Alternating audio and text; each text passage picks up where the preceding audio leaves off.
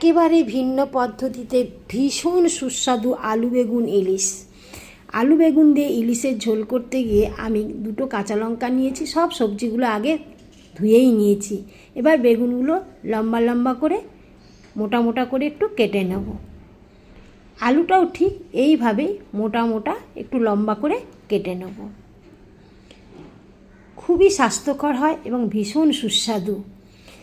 মাছে আমি আগে থেকেই লবণ হলুদ মিশিয়ে নিয়েছি। সামান্য কড়াইতে তেল দিয়ে তেল গরম হয়ে এলে কালো জিরে, আলু, বেগুন, দুটো কাঁচা লঙ্কা, পরিমাণ মতো লবণ হলুদ মিশিয়ে নিয়ে কম তাপে ঢেকে ঢেকে রান্নাটা করব।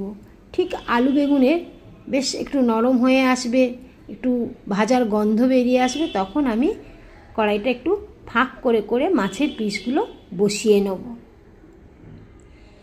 আর দ্বিতীয়বার তেলের ব্যবহারই করব না। এই অল্প তেলে এই যে মাছটা বসিয়ে দিয়ে আমি আবার ঢেকে দেব, এতে কিন্তু আলু বেগুনের ভেতরটা মাছের সুগন্ধটা পুরো নিয়ে নেয়, যার ফলে তরকারিটার একটা আলাদাই স্বাদ আসে।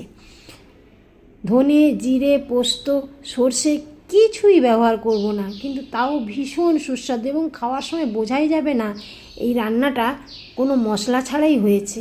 মাছটা একবার উল্টে নিয়ে ঢেকে ঢেকে আবারও আমি ঢেকে দিলাম। আলু সেদ্ধ হয়ে গেছে, তবে এই সময় আমি কিন্তু এই রান্নাতে গরম জল ব্যবহার করব। জলটা ফুটে এলে দিয়ে দেবো গোটা কাঁচা লঙ্কা, কারণ সবজি আমার পুরো সেদ্ধ। ভীষণ সুস্বাদু স্বাস্থ্যকর রান্না তৈরি, ইলিশ মাছের বেগুন দিয়ে ঝোল। এখানে আমি একটু কাঁচা সরষের তেল ব্যবহার করতে পারতাম, কিন্তু আমি তো স্বাস্থ্যকর খাবার বানাই,